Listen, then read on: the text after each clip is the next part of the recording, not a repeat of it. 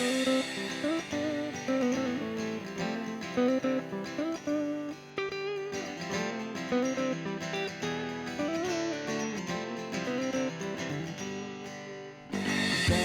the world he's returning. All right, what's up, guys? Welcome to Counterculture Reacts. My name is Jamie. To my right is our euphonious worship leader, Joel. I almost put that. Together, we want to motivate the church to influence the culture around us with the kingdom of God by applying a biblical worldview to every single topic. You nailed it. Great job, Jamie.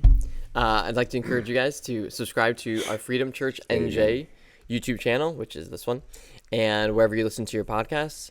Also, we want to invite you to leave a review on your podcast app of choice, because that lets our content be seen by more people, and it helps other people to get recommended this podcast as well. Yeah, let's do it. So leave a review on whatever podcast you're listening to. If you're not one of our YouTubers, if you're one of our audio only. If you are, click the like button 3 times. Or the dislike button twice. Thumbs up button 3 times. Yeah, okay. The like button 3 times and the unlike button twice. There you go. Yeah, it's a magic thing. It's like, it has some special effect, I think. Yeah, but you're going to be talking about magic today. That's a lie. Be sure also to leave a comment on what you thought about this video, or if you have another topic that you'd like us to discuss in the future. We would love for you guys to get involved in the discussion. So instead of just hearing us talk about it, we'd love to get you guys insights. So we want to invite you to do that. Also, check out our sponsor, friendsoftoday'schoice.org, which is a great women's resource center that specializes in women who are thinking about terminating their pregnancy, or if they have questions about what to do and they just don't know where to turn. This is a great organization that is helping women. Sure. Many different women. Yeah, keep the babies and take care of them afterwards. Exactly, yeah. And definitely keep them in prayer as well. Yeah. So doing great work for the kingdom. So. Yeah, definitely. So yeah, cool. Yeah. So with that, we are doing another reaction video today, and what we're going to be doing is a kind of short video. It's only a little over 12 minutes long, but it is a video about science versus religion by Jubilee, which is the name of the YouTube channel that puts out these types of videos called Middle Ground. Yeah, it's kind of the name of the segment.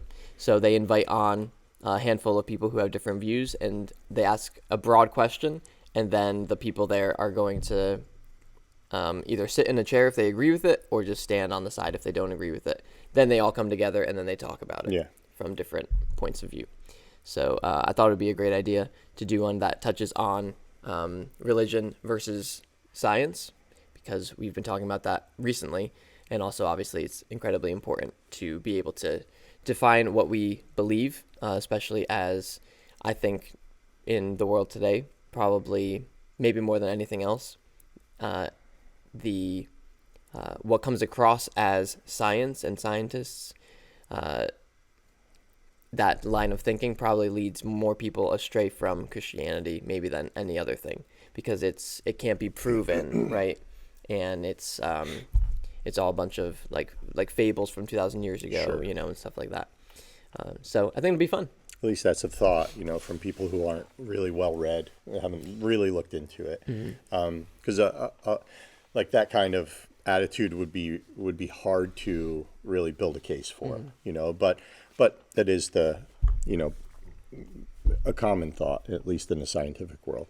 So, but yeah, it will be fun. Yeah. So I look forward to it. So the participants of this video are the 3 people on the religious side. Is a pastor, seemingly a pretty solid evangelical pastor. I don't know anything about him, but he wears a nice what is that, a sweater thingy? Is that a cardigan? It is a cardigan. Oh yes, he wears a cardigan, so he's probably Reformed. His beard isn't big enough, though. Yeah, that's right. He has a beard and he's wearing a cardigan. Yeah. It's like a sweater vest kind of thing. Sure, you know. yeah. I don't know. He's not mean enough, though. No, you're probably right. Yeah.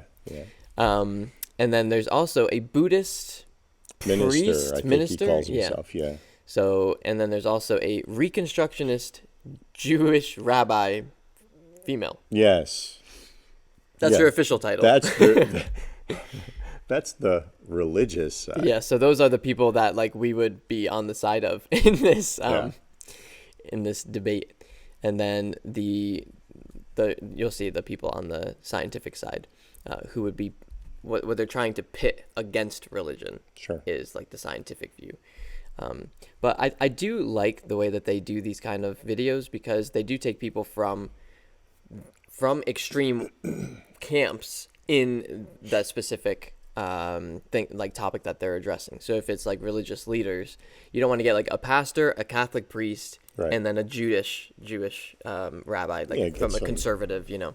Yeah, it's different points of view and Because it's a pretty broad topic, science versus religion. So you want a broad spectrum. So very broad.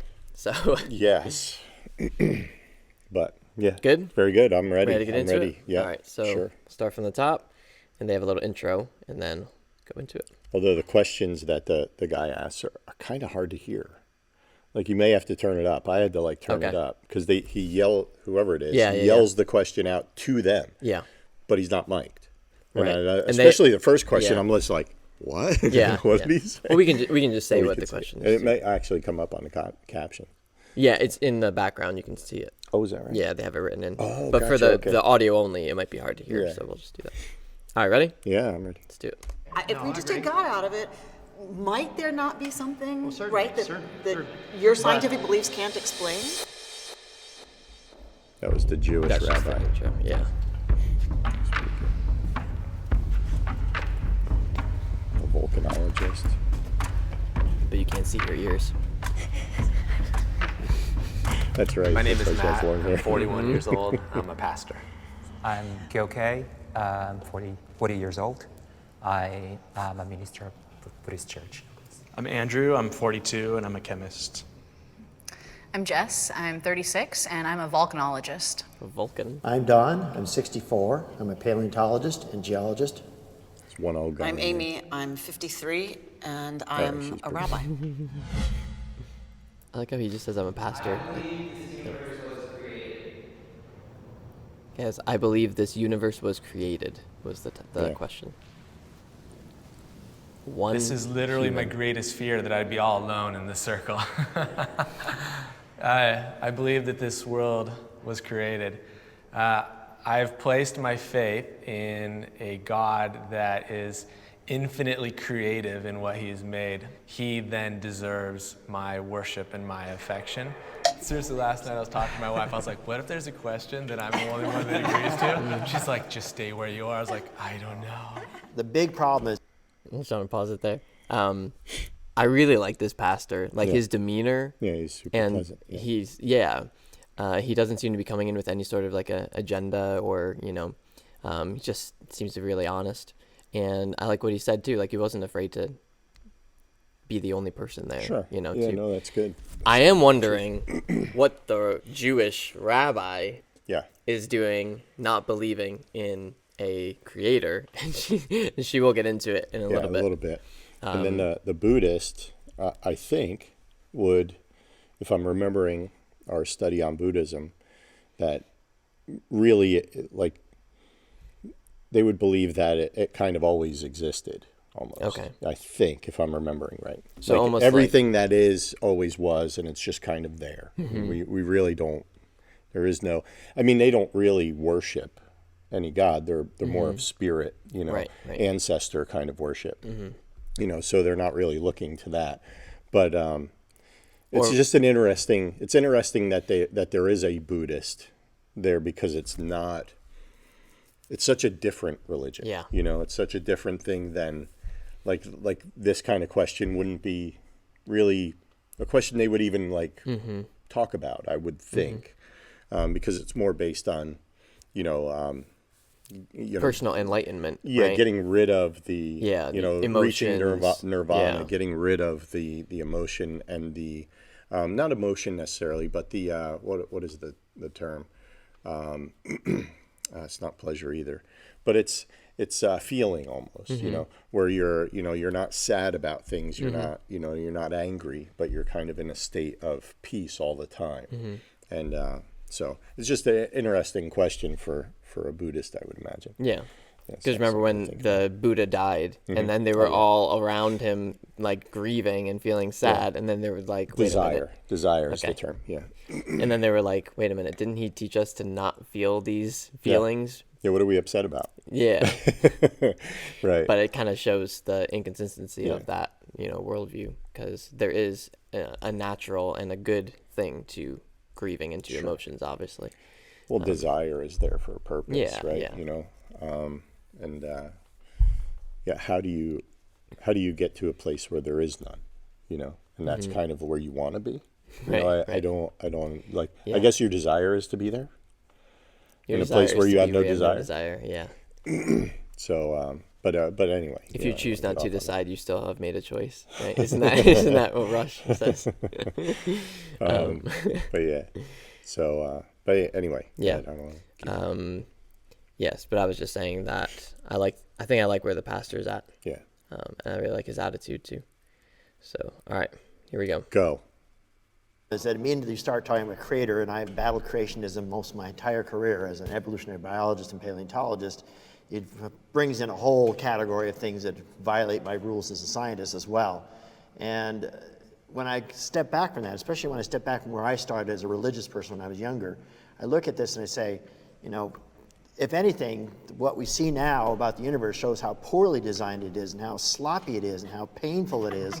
And all these things which don't speak to a very benevolent creator, because if anything, it makes him look bad. You had a problem There's with a that? lot there. One of the things is that he makes a statement that he has been battling this creation idea because of what he, because of the type of science that he's involved in. I have a hard time believing that he's battling creationists all the time about this. Maybe he is. I mean, maybe that's what he does. Maybe that's his focus. But if it's not his focus, I doubt he's getting a lot of this in like colleges. Where is he battling these things? Where does that come from? And whatever, maybe he is. But the other thing is, he mentions that it's really the opposite, or it's anathema or whatever to his way of doing science. Yeah. To suggest that there's something outside of nature that has created anything. Yeah.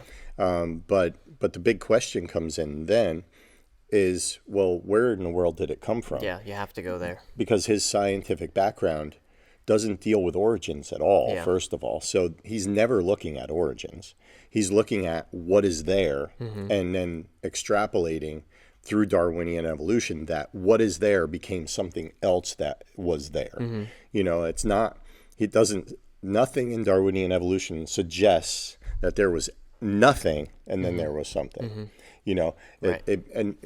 Because you can't, how do you evolve nothing into something? Right. And then, so one of the things we're going through in men's Bible study is that we're doing Frank Turek and apologetics and things like that. And he asks two questions and or presents two thoughts, which I think would be great if to ask somebody like this, to say, okay, so you're saying that science is different than the religion. So your way of figuring things out is different than my way of figuring things out. But I would say that he is making as much of a faith claim as any other person is making a faith claim, as much as I'm making a faith claim. I believe that a supernatural being outside of time and space made everything from nothing.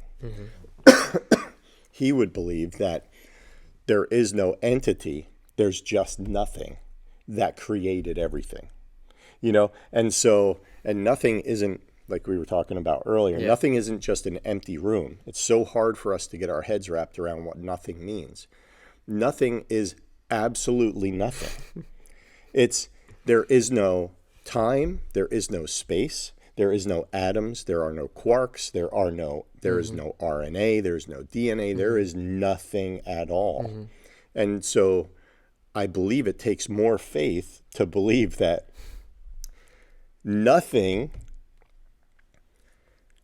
produced something from its nothingness, rather than I believe that there is a God who is outside, transcendent, around time and space. Like he's not in it.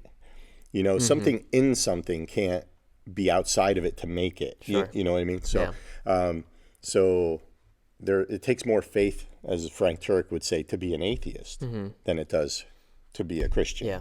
You know? Yeah, well, I think one of the reasons why is when you look at what the evolutionist is saying is we just have to keep looking.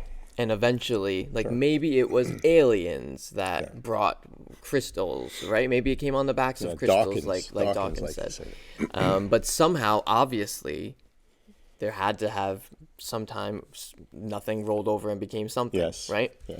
But I mean, that's where the issue is, because that's an actual statement from a scientist. But no matter how much you have that's what's so great about science and about not falling back on God, kind of a God of the gaps kind of thing. But no, we can search out, like Bill Nye's thing, like, well, so if we don't have the answer yet to how life began, that's what the joy is of science. We get to look and we get to find out, like maybe it was this and maybe it was that.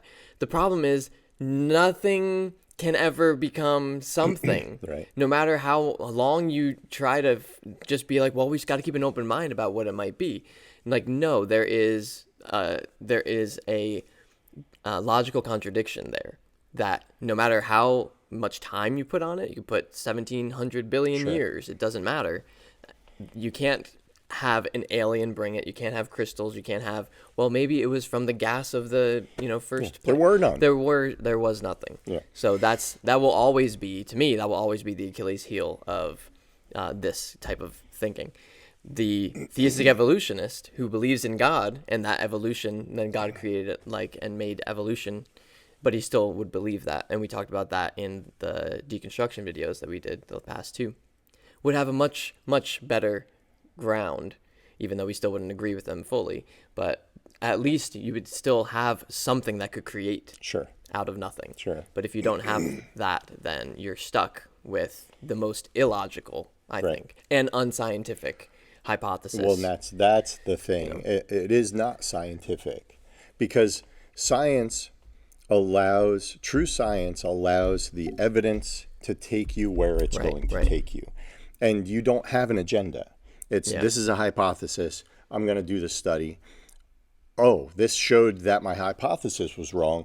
Okay, let me start over. Right. There should be no agenda. Yeah. The problem is, if you were to, and I don't want to speak for this guy, but for the majority of people who are atheist and intellectual, in this case, scientific, if you were to present them with different options that were natural, like, oh, well, the beginning could be this, or this, and one of those is God, they would automatically take God out of the picture. Yeah. Could have been aliens, that's fine. So that is what makes it a religion and not science. Mm-hmm. Because you have an ideology that you are not allowing science to take you where it's taking you.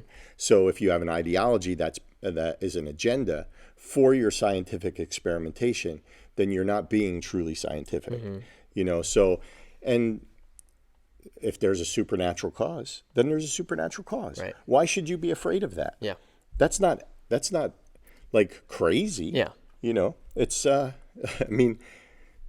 suggest that nothing rolls over, that's crazy. Yeah. It's like that is wishful thinking. Yeah. That's so I think if I could sum it up. Yeah, I've been trying to Sum it, distill baby. this into a sentence for the past 2 minutes. Okay. I think what I would say is true science cannot hold to pure materialism because of that one question. Because you could get materialism from how did this chair get here, and from stuff that we have. But to go back to the beginning, you'll never get to what true science is, which is what we can observe and go back and even if you want to extrapolate it out. But materialism can never get you to a logical answer. Yeah. There's no way. You have to at least allow for the supernatural. Sure. I mean, you could just put aliens in instead of God. And if aliens are allowed, how is God not allowed? Sure. Well, yeah, and you still don't answer the question. It's like, right. okay, so well, it got here by aliens. How do the aliens get Where here? they Yeah, get of it course. from. That's the next question. So, Yeah. but it's the it's the nature of belief.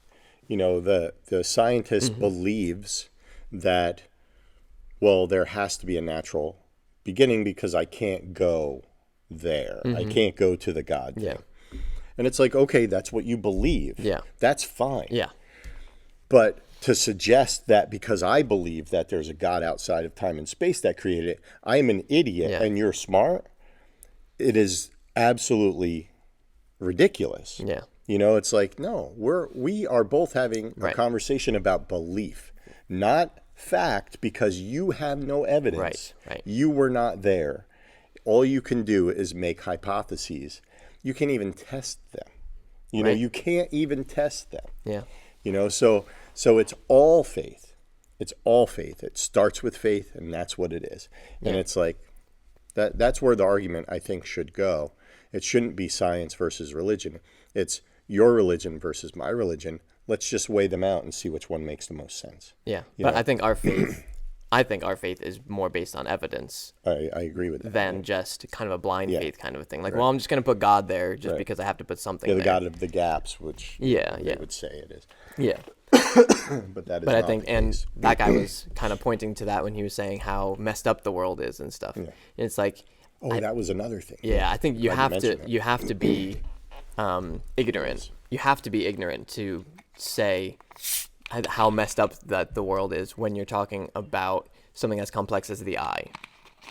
Because he's trying to say that the eye and the complexity of the neurons to be like how that could even possibly happened without an intelligent designer. There's a reason that term is used, because it's not just a random designer that over time this can happen. Something had to put that information to get something as complex as the eye to be a thing from not being a thing before, which is why Darwin said, I shudder every time I see an eye or think of an eye. Well, and he was, I don't know if he can see his own eyes. Where his science was at the time in the 1800s was nothing compared to what we have now. Yeah. And the complexity of a single cell. Yeah.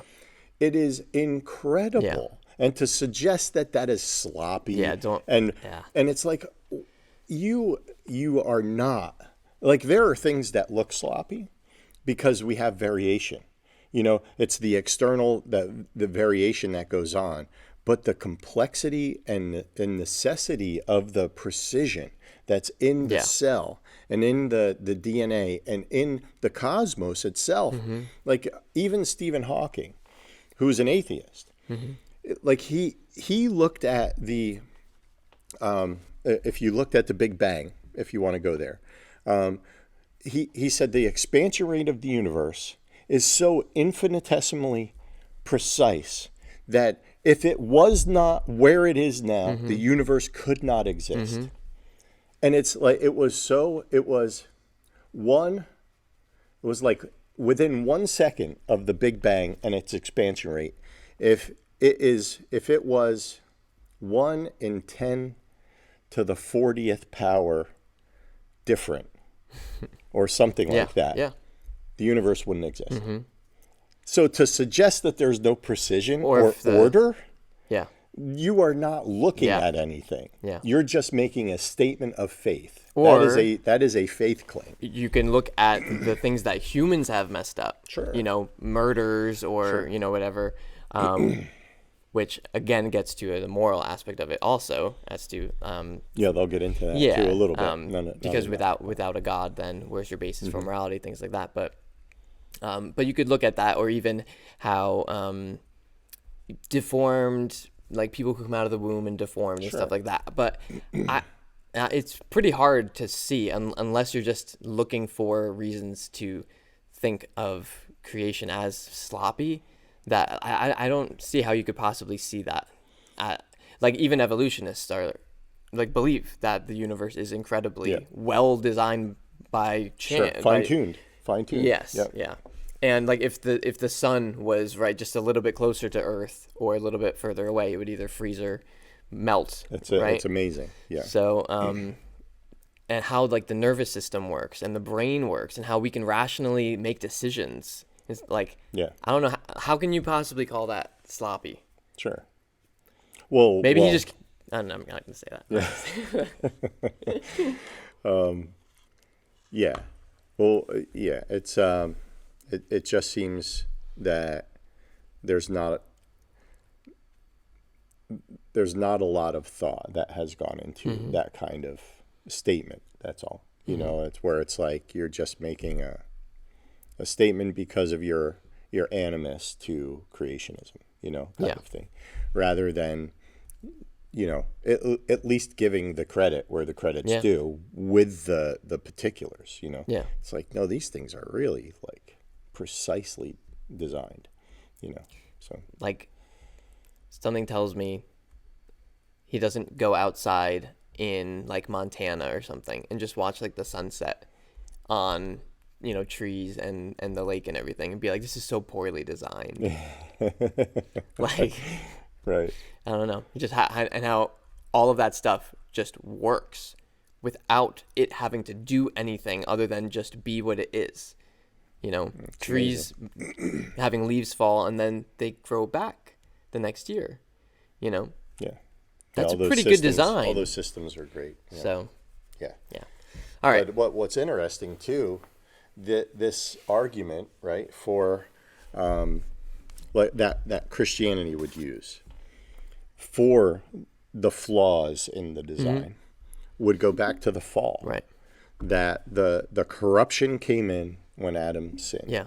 That's what I was saying about that humans have messed up. Yeah. But what is so interesting is that statement, that understanding was written well before.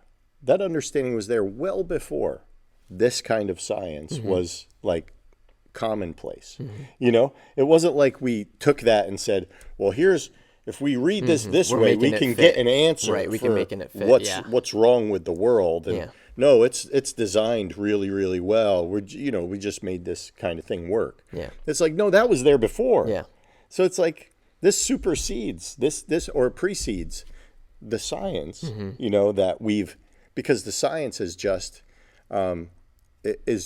observing the things that we're seeing that God has made. Yeah. And it's like, well, we know why it's like that. and do you know how we do know all of that about the fall and everything like that?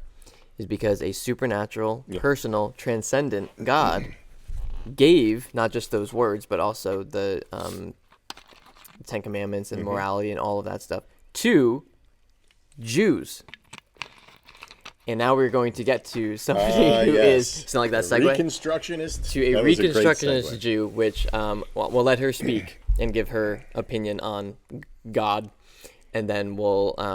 I brought up a website on Reconstructionist in Judaism so that we can kind of get an idea of what that means. Because if you're thinking that means somebody who believes in like Moses and Abraham, like that kind of Jew, then you would be sorely mistaken. So. All right, let's hear her talk. I don't believe in a supernatural God. That's I'm a a good Reconstructionist Jew. For me, I don't rely on a supernatural creator in order to remain astounded at the beauty of this world. It's sloppy. It's the world, right? It's the world. We're sloppy. The world is sloppy, but it's also incredibly magical and magical and worthy of awe and respect. And that it's here is amazing, that we're here is amazing, and I want to live in relationship to that amazement. See, it's all perspective, right? Because from her point of view, she's trying to get away from a personal transcendent God, meaning like outside of us. And we'll get to what her definition of God would be from a Reconstructionist Judaism perspective. But what she was trying to say is how when you see the world, you kind of can see God in the world because of how beautiful it is. And how can you not see God there? Not like God out here doing stuff to the world, Right. but instead of, it's like God Seeing is God inside of in the us and inside of the world because of how beautiful it is. But then she's like, but it's also sloppy, because she's like, I don't want to disagree with him. But her whole point of view is like, if it was that and it's like a sloppy, poorly designed world, then she doesn't have anything to believe in God for. Sure. Because her whole view of God is, look at how beautiful the world Yeah. is. So if it's like, well, it's a sloppy world, and it's like, well, I don't really want to believe in God then, you know? Because the only reason to believe in God for her is because of how beautiful the world is, you know? So it kind of contradicted her. So I just want to read from reconstructingjudaism.org Oh, beautiful. as to... This is my favorite website. Yeah, oh, I go A on lot here of all the time time. here. So this kind of Judaism, it says, Judaism is the evolving religious civilization of the Jewish people. So evolving religious and civilization. So by evolving, what this type of Judaism means that the Judaism that we live and practice today is the result of some 4,000 years of constant evolution. It has changed from generation to generation and country to country, as rabbis, teachers, individual Jews, and entire communities have created ever new, different, and more personally relevant and contemporary ways of acknowledging their identity and celebrating the values, customs, and authentic beliefs of Jewish life. So the Judaism of Abraham is not the same as that of Moses or King David or Moses, I don't know. Maimonides. God bless you. Maimonides is very important. And, or Golda Meir. Golda Meir, yeah. So Reconstructionism simply recognizes and acknowledges this fact as a central understanding of Jewish life. So it is not, so since it is since it is evolving, it's saying that there is not a consistency between the Jewish faith of Abraham, Moses, and King David, which I would strongly not agree with at all. And I don't know who these other people are, but I would like to know what the differences are between the Judaism of Abraham, Moses and King David. But so what they mean by religious, Judaism is religious because it is involved with issues of ultimate meaning of life. So this part is really important. God is understood not as something to be believed in, but rather something to be experienced in the everyday miracles of our lives. So right now we are leaving the train of what the Jewish people have understood God to be in the entire Old Testament. Right. And it's not like, well, David didn't believe that. Like David believed in that God was something to be believed in. Just read In the you, Psalms, you I have put my trust, right? God is that power that animates life. God is not a power. God is a being. God is that power that animates life that we discover in the daily acts of creation that surround us. See, we discover God in the acts of creation that surround us. That's what I was saying about why it's so important for the beauty of creation. And in the highest strivings of the human spirit. God is not, listen to this, God is not an external being that acts upon us, but a power that works through us. So God is not a transcendent being. Right. So that leaves the whole field of traditional Judaism. So that's conservative, Hasidic. Yeah. Praying to a God outside of yourself, but instead it's God is the power that works through us. So you're not talking about such a deception. That's such a you're not talking about Yahweh. Right. You're not talking about the I am that I am. A feeling. Yeah. So it's interesting to see her on here because it's supposed to be 3 verse religious 3. People. But yeah, how can you have religious people of somebody who doesn't believe in God really? They did try and find they say that they believe in God, but some out there scientific people in the sense that they got a volcanologist. But she studies volcans. What actually would have been more more relatable from one side to the other would be if you had the paleontologist and then you had maybe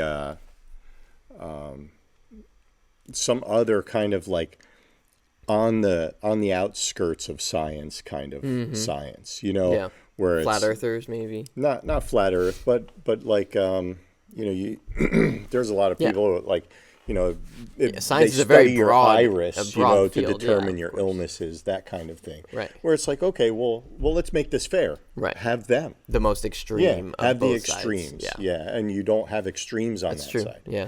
You only have extremes on this Yeah, side. so it's kind of like they're piling up on really the pastor. Yeah. Because the other two are not necessarily. I mean, when the Hindu is closer to the pastor Or than Buddhist, the Jewish. The Buddhist, yeah. Oh, sorry. Sorry. When the Buddhist is closer to the pastor than the Jew, you have a problem there. Those are outliers, yes. Oh, no, you didn't. That's right. So, all right, next question. Go, baby. Science can answer moral questions. Science can answer moral questions. Nobody went over there. I never looked to science to go like, is murder right or wrong? I look to science to say how many murders were committed last week. That's what I want to know. And then say, is there a trend? What is the cause of these murders? Blah, blah, blah. And then we use, we use different tools, I guess is the best way of putting it, to assess whether or not we should be murdering people. Where do those morals come from then? I think they're innate in Good humans. question. All societies have had certain things they agree on, regardless of religious background and so on. We don't require a deity or any kind of religion to give us those things, and we come with them as part of our species. Yeah, but It doesn't answer the question. yeah, that doesn't make morals. You know, that makes opinions.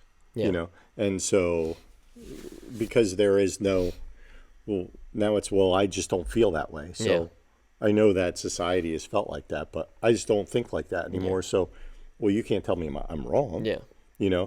So it does not. See, there's a glimmer of truth to it because it is innate in our species for, I'd say, 95% of the moral code. Like, Sure.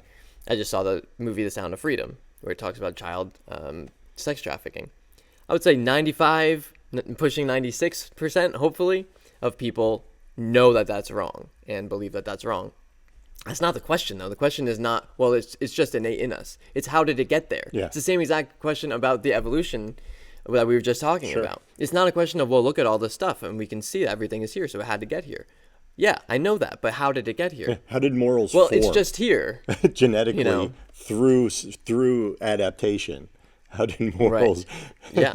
How did morals get here? Because it had to come that way. And I would say, and I think this guy would agree with that, though I don't know where evolutionists stand on this, but I would say that humans either have evolved more or definitely have a higher moral standard than animals. Sure. And I don't think that it's specific to any sort of animal. I think humans are on a different plane than animals. I mean, you have animals that, there's always going to be exceptions because right now we're murdering a lot of our babies in America. You're right. So that we are, but I think what he's talking about innately knowing that's wrong, I think that is murdering our babies. I think would be something that falls into that category of we know that that's wrong. A crocodile doesn't know that that's wrong. They're just trying to survive. Sure.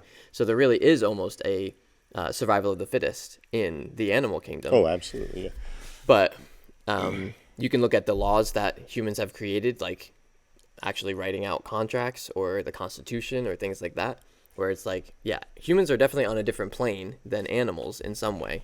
And I don't know how you could explain that from an evolutionary point of view. One of the issues I have is that, if we innately know, right, that things are wrong, like that suggests that we have an ought for what we do, so why do we not do those things? So that's a problem because if it's beneficial evolutionarily for us to have these morals, that would be the only point in evolution for us to retain morals evolutionarily, then why do we not act on those things consistently? Why are we continually being immoral and being selfish? When selfishness is an immoral thing. Yeah. But we're programmed innately to be moral. According to that. According to that, it doesn't make any sense. Yeah. So in other words, this innate moral aspect in us, what I would say is there is that the law of God's written on our hearts, you know, in a sense, according to the word. And then, but that's kind of like it's like a vestigial. We were talking about vestigial today. It's my word for the day. Or today or yesterday? Yesterday. Still today. Was it today? Did we talk about it today? Vestigial? Like an hour ago. Oh, yeah, we did. Okay. Yeah. I was thinking we were talking to Courtney, but no, we were talking to Anna. Okay, good. All right. A lot of people I talk to. At least 2 right there. But this vestigial aspect that we are created in God's image, that's what sets us apart from the animal kingdom, the animal world. We're completely different in that sense. That, we have a sense, we have a conscience that's there that suggests to us that there is a right and there's a wrong. That's innate, but it's innate because we're created in God's image. Right. Yeah. It's not innate because evolution thought it was the best thing for us to have. What would be the evolutionary reason in survival of the fittest and the procreation of the species, which I guess would be like the highest goal for, but what would be the benefit evolutionarily to having these morals? Because if it's better for you, for the production of your species to do something immoral, then according to evolution, you would do that thing. Well, there would be no moral, right? There would be no ought. There would be nothing, you know. Because that's not how evolution works. It's just not how it works. So if we were just animals, name another animal that consistently goes against its evolutionary nature. If you want to go evolution, it goes against its evolutionary nature. None. So why are we? Why do we? If it's natural for us to have these morals, which can't be morals because there's no right or wrong, you know, in evolution, then, well, what's the point? How is it that we go against that, but no other animal does? You know, right? Yeah. And so it shows that there is something in us that we know the right to do, we don't do it because it's not innate in the sense that it's our biology. It's innate in a sense that it's like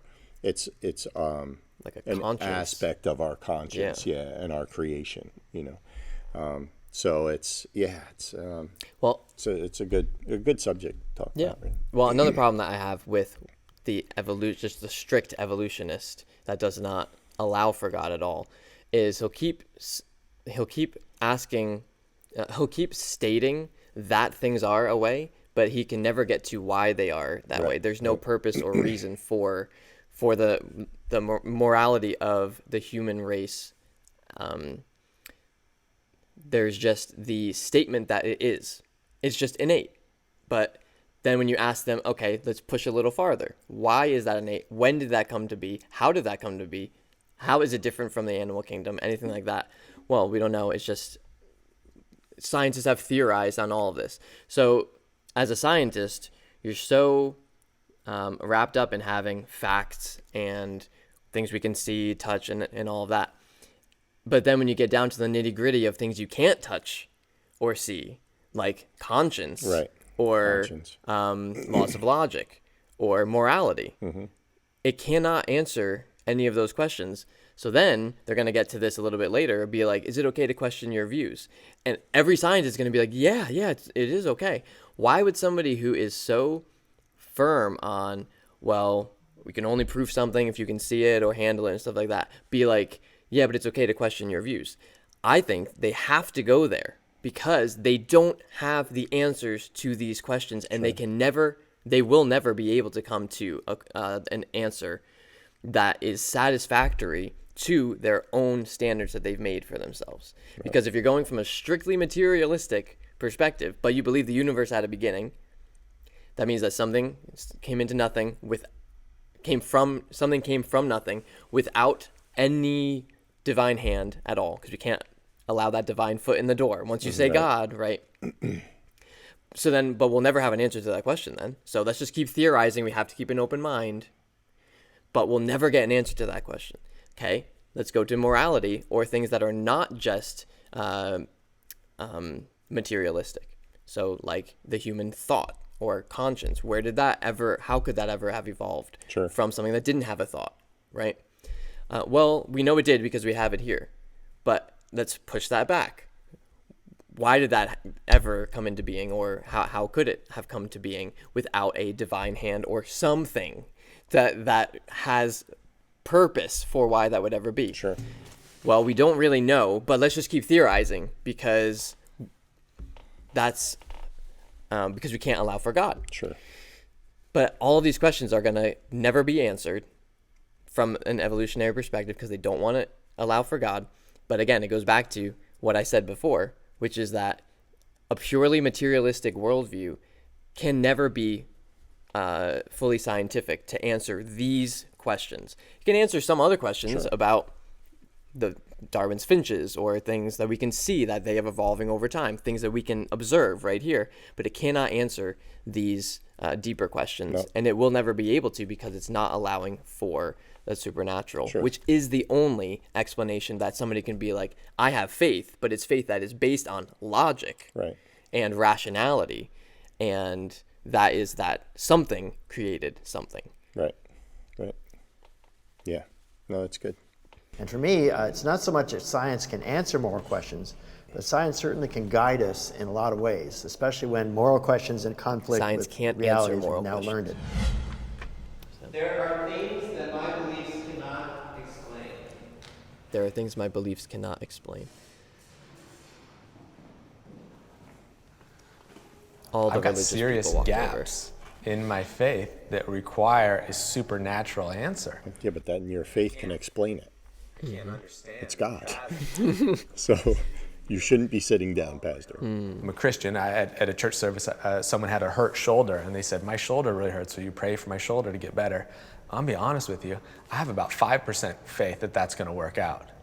But I prayed for him, I put my hand on his shoulder, and I said, I want this shoulder to get healed in Jesus' name. And I walked away thinking, oh no, another disappointed person who didn't get healed today. Well, the next morning that person called me and said, you wouldn't believe it, my shoulder feels 100% better.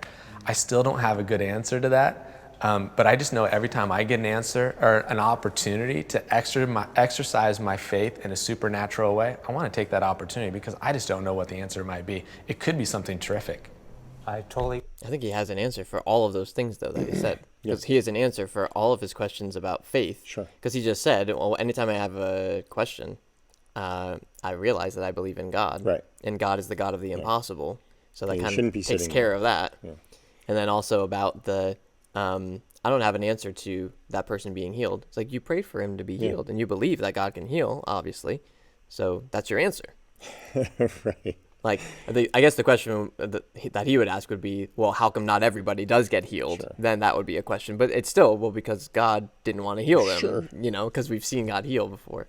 Sure. So anyway, just interesting. I agree with you. I liked you when you said 5%. I pretty much feel the same way. Yeah. These guys need in my more faith hometown in also. Japan, we have this kind of service to sort of console the spirits in the land. Like when we chant for like an hour, half an hour maybe, then everybody feels, you feels didn't. so peaceful. But then I can't quite explain it like logically, and that's sufficient in that situation. Science is all about understanding what we can understand, and in science you're pretty much not allowed to even consider the supernatural because it's beyond testable hypothesis. It's beyond anything that you can evaluate in any what we might call an objective manner. We are comfortable with the idea that we do not know something, and we say we do not know something, and that someday we might find the answer or we may not. There's a lot out there that we can't explain, but it has absolutely nothing to do with my beliefs. I was raised Catholic, and I'm just as confused now as I was then about what's really going on. There is this small amount of stuff we can explain. I don't need to have a belief about it. I don't even need to go beyond that and just to decide that it's magnificent and terrifying all at the same time, and just kind of leave it at that. So I think your answer to the question. I think when you're talking about belief, I think their definition of belief means I can't prove it, Right. or it has no rational foundation in reality. And that's just not how how Christianity at least defines belief. Right. Because belief is not only believing in something that you can't see. It's also Thomas putting his fingers where Jesus was pierced and saying, I believe. Right. That's not belief like blind faith. Right. That's belief in what he can see, touch, And handle. Jesus was good with that. And Jesus was 'Cause good he's with like, that. hey, Thomas, come here. Just Yeah. touch here, touch here. Yeah. Like, believe. Right. It is both, because Jesus Yeah. says, blessed are those who have not seen Yeah. and yet still have believed. So there is an aspect of faith that comes without seeing, definitely. But it's not like what they're saying, which is I don't need my beliefs to come into whether or not something is real or not.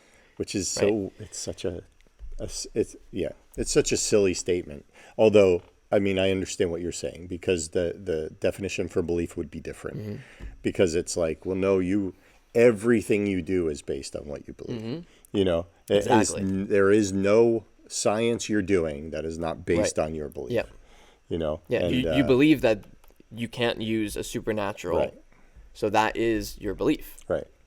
Yeah, it's crazy. And I think the next statement Define your this lady makes is, I think, the only statement I might agree with From her. Yeah. Yeah. You're not so into that Reconstructionist Judaism that much? I feel like there's not much there. You don't think really. that God is like a power that's coming outside you? So you don't believe that God is working in you at all?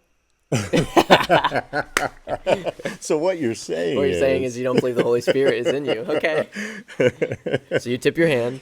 Oh, perfect. Yeah, that was great. That was a good one. See how quickly Yes. I can deceive. Yeah, I've been working on it. Ready? Question would have been yes. I mean, because I think you might agree that there's stuff that you can't even know to test yet. So maybe there's something beyond scientific theory and proof that we don't even know yet. And I'm not saying God. Okay. If we just I take God out of it, might there not be something, certainly, right, that certainly. your Why? scientific Why beliefs take God can't out of it? explain? That's right, certainly. But also in my philosophy, I don't see any point in putting any kind of supernatural label on it Right, as an so- explanation. It's just Right. not solving the problem. It actually would solve the whole problem. In life after death. I believe in life after death. The Reconstructionist Jew does not. Well, I'm so glad you're with me, because I didn't want to be here all by myself. I mean, I just see purpose for our lives that extends beyond the here and now, that there is an eternity that God wants to have with us. His love for us is so deep that it desires to have a continued relationship with us as far as time goes on. Because I live in Long Beach. Before we get to the Buddhist, that's the one part I have a problem with what the pastor said, because of what he didn't say. Because what he said was fine. I agree with every word that he said, actually. But what he should have said is, I believe in life after death because I'm a Christian, which means I believe that Jesus rose from the dead. And Jesus said, he who believes in me will never die. Even when he dies, yet he shall live.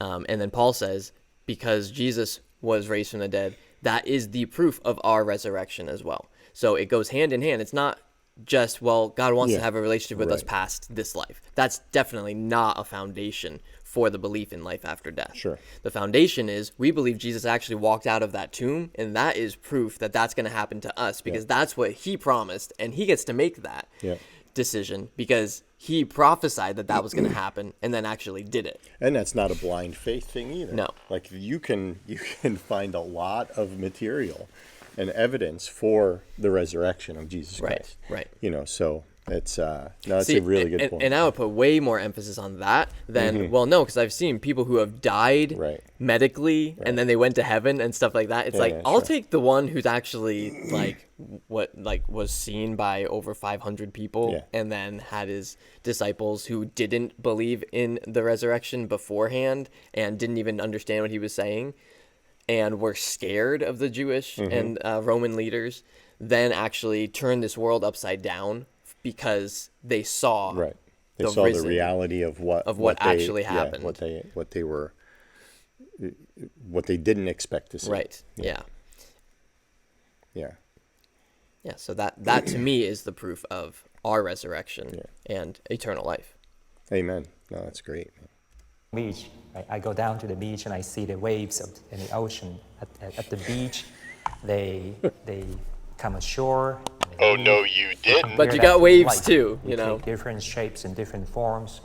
And the length of the wave, we have no idea. You show up in different locations, which you have no control. Yeah. The idea that this momentary like, shape that we "Dude, have, this I don't even know life, what the and heck trying to you're talking preserve about it, right now. and then we're kind of missing the whole like, point "Please stop that we talking." are actually that great. I love you, ocean. Ben, but you're just not making it. In my limited capacity as a You are really individual making us human, look bad right like, now. He's like, when you joined me as the only other person that believes in this, that was not what I was expecting. You were believed to be based on. I saw some waves, and that's why I believe in eternity. What? Hold on. Personally, I feel like the Christian foundation for eternal life has a greater basis in reality Then than the Buddhist waves one. on Staten Island or Personally. Long Island.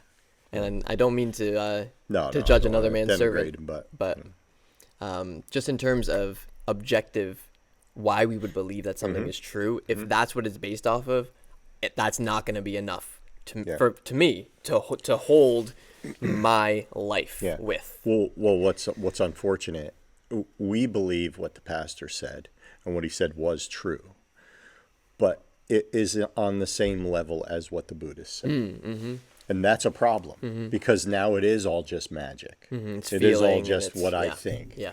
You know, without the resurrection of Christ. Yeah. It's just, well, you know, I just feel like I believe God wants, and it's like, it's like the scientists are going, well, there's nothing there. Waves. Yeah. They believe this. Okay, same thing. Once you have the foundation of Jesus' resurrection, all that other stuff that the pastor said is it fits. It fits, and it's about purpose. Yeah. That was a really great point. Because none of the evolutionists has any purpose. Like they're gonna probably say that right now. You just die in your worm food, and that's it. You know. But why would there be purpose in this life? Because we know we have purpose, right? That's something that's innate. Like the evolutionists would believe that we are created for something. Otherwise, we would not have a drive to achieve anything. So why have that drive if there's nothing after? Well, Jesus gives the answer, but from an evolutionary perspective, there is no answer. And I don't think that the pastor gave enough of that, the foundation for that answer. So. like in this form, in this shape, I have no idea. How could I possibly have any idea about what that being ocean is going to mean or be? And so I know that I will continue to be part of the universe, but not as me. Not as like you're crazy. This. That's what she said. I would agree with that. I mean, I see no evidence from anything that I can observe or anything that goes on that it's more than just wishful thinking that humans in some form are going to exist in some afterlife where they're recognizable and their identities carry on. But no evidence to the contrary either. Mm-hmm. You know, he just wants to believe that. Mm-hmm. So you can say, well, I've never seen evidence for it. Oh, okay. But you haven't seen evidence against it either. Well, yeah, you can't. That would be something that would be undefinable in his worldview from either perspective. Mm-hmm. Because if there is not anything, he's never lived in a life that has not been a life anymore. Right. Where he could say, well, no, I know that there is no afterlife. Right. He has no experience with it. Right. You know. So either way. Yeah. Right. And that's what I mean. It's faith. Yeah. It's just faith. That's why you have to go with the person who did rise from the dead. Yep. And also the person who said, if they have Moses and the prophets who believed in Yahweh, by the way, the transcendent personal God, those kind of Jews, Moses and the prophets, if they don't believe them, they will not believe if somebody even rises from the dead, which would mean that there would be an afterlife. Yeah. So, yeah. As a kid, I asked my dad if our pets would be waiting for us in heaven when we died, and my dad said no, and I was shocked, and I was like, why would there not be pets in heaven? And my dad's like, Cats, well, there are no. animals, Dogs, and I'm no. like, Squirrels, why yes. not my animals? And he's like, well, they're just like a generic cat and a generic dog, and I went, wait, what? And so at that point, that's when I started to question, like, wait a minute, what happens next? And yeah, I'm kind of, with a lot of you guys here, just saying that, look, wouldn't it be great if we could go on and on and on? But I think because we don't see any evidence for it, I have to be in the camp of, well, we get this one shot, make the most of it, do the best you can, and then when it's done, don't have any regrets. Live with doing as much as you could that is good, so that you will live on in the memories of those who stay behind. I'm so sorry your dad told you your dog's not going to heaven. What a crushing thing to hear as a child. All good dogs go to heaven. That's what the movie said. It must be true. I think he was trying to let me down gently, but I know. Yeah. I think Like they're, some low-key days, hitting on each other. I'm like totally zen. I'm totally there. Like it's okay. It's all one, and I will just not exist. I'm usually not as afraid of death as I am of dying. Usually. Like, I'm afraid of dying because I've seen some really bad dying. I'm very afraid of pain and of the process of dying. But I lost both my parents from cancer, so I witnessed both process. My mom died over 30 years ago, and it was painful to witness that Listen to him. my mom kind of health deteriorated. As the Buddhist, That is not Buddhism. Same process. But then he was once writing letters as just really coincides with Buddhist teachings that I'm having a wonderful day, and I'm really grateful for everybody who supports us. We have a saying that every day is, as you say, the greatest day. I can see that, intellectually, I can understand it intellectually, but I just wasn't sure if I could feel if I would be able to say something like that if I'm put in that situation. Oh, it's so tough. Because it's going against what he believes. Yep. But it's also going against his innate feelings. Because his innate feelings would be to feel for his parents passing. Sure. And I think that's a really strong point for the Bible. Because it speaks to both. Yeah, it gives answers to why humans are the way they are with the fall. But then it also has books like Ecclesiastes. There's a time for everything. There's a time to laugh, but there's also a time to weep. And it's almost like this, right? It's not like I'm establishing this law right now. Right. It's already built in there. It's right. But it gives those answers for that. And there's a time to weep and a time to mourn and a time to laugh. And Jesus says, blessed are those who mourn. So it seems to fit reality more than, I just have to turn off my innate feelings. Right. Right. So. It's important to question one's own beliefs. It's important to question one's own beliefs. They'll all say yes to that because they don't have answers to those questions. Man, I'm such a skeptic, and that includes questioning my own beliefs. Especially if I form a hypothesis and I'm working on an experiment. I mean, you always kind of want it to go a certain way, and you have to do your best to remove that bias. And then a lot of times, if you're in research, it just doesn't work. One of the things I tell students, because I work with students a lot with my nonprofit organization, and I tell them, as they're journeying into becoming She's flexing a little bit for the guy. I just My say, look, don't ever work with nonprofit anyone who's organization. afraid to admit that they don't know something or that they're wrong. Like, those are really important qualities, whether it's in science or any aspect of life. The whole fun in being a scientist is trying to break things. And I actually wanted to start a journal of scientific mistakes so that we could share with each other what went wrong. Because too often we only talk about the successes. And I think it's very valuable to also know what failure is and what it teaches us. And the questioning is such a help. I think the only problem is from the non-religious point of view. They are not allowing the existence of God to be on the table. They're not allowing that supernatural. So you can question anything in this world, but you can't allow for a supernatural. Right. Then you're not really right. doing what you're claiming honest. to. Yeah. Yeah. For the Christian, or like anybody can say, "Oh, I don't know everything," but I think it's almost like a false narrative that people paint of, "Oh, I hate people that always think that they're right about everything." I think those people are like very, very, very few of the actual people. I think the vast majority of people, and the reason that all 6 of them are over here for this one is because I think the vast majority of people do question things, and when they are maybe putting on a facade of, oh, I know everything, and you know, the prideful stuff, I think it's just a facade. I don't think that they actually believe that they know what they're trying to do in that situation. Usually is making their point seem more valid because they're saying, oh, I don't have any questions about certain things. And then also, like we talked about in the deconstruction video, what's on the adiaphora, what's on the outside that we can question, and then what's on the inside, the munchkin, not of just the Christian faith, but also of reality in general. You know, do human beings exist? Stuff like that. It's like, well, it's okay to question that belief. It's like, no, it's not. But it's okay to question. There are things that are axioms, and they just are what they are. Yeah. So. Yeah. Healthy thing. I always think it's a healthy thing. So whenever I see younger monastics or priests, like, yeah, go ahead and question me or question what you do, and then be okay. And you need to understand intellectually, but at the same time, I want you to understand there are things that's beyond this intellectual understanding. So that's unrecognizable part of understanding that comes only through experience. Good job. Nice meeting you. Very interesting. Nice that they're very cordial with each other. Nice to meet you. Nice to meet you. Good to meet you too. Nice to meet you, Dave.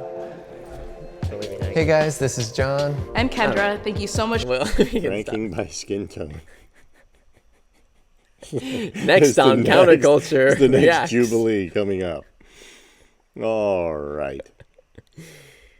Well, that was good. All right. That's good. Thank you guys for watching or listening on wherever you can listen to podcasts, Freedom Church NJ. And, I hope it was a very euphoric experience. Euphonic experience. Did it sound good? Then it's euphonic. Let us know in the comments. Did it sound good? If it felt good, it's euphoric. I know Jamie has the more pleasing voice to listen to than me, though. Sultry. But I am the worship leader who hopefully sings better than Jamie. Euphonically. Not euphorically. Did I say it again? No. Oh, okay. But thank you guys for watching or listening. We're really grateful. And like we said in the beginning, like, comment, and also put a 5-star review. Yeah. I mean, if you like us, then put a 5-star review. If you don't, that's fine. Well, tell us why. Put whatever star review. It's okay to question what we believe. But comment, and we'd love to hear what you have to say. So thanks for joining us, and remember that the gates of hell will not prevail against the Church of Christ. Please don't forget that. Yeah. Get a hold of that. Think about that. What does that mean? I don't know if this is going to work. Oh, no, you didn't. Oh, yeah, that's good. That's good. All right. See you guys.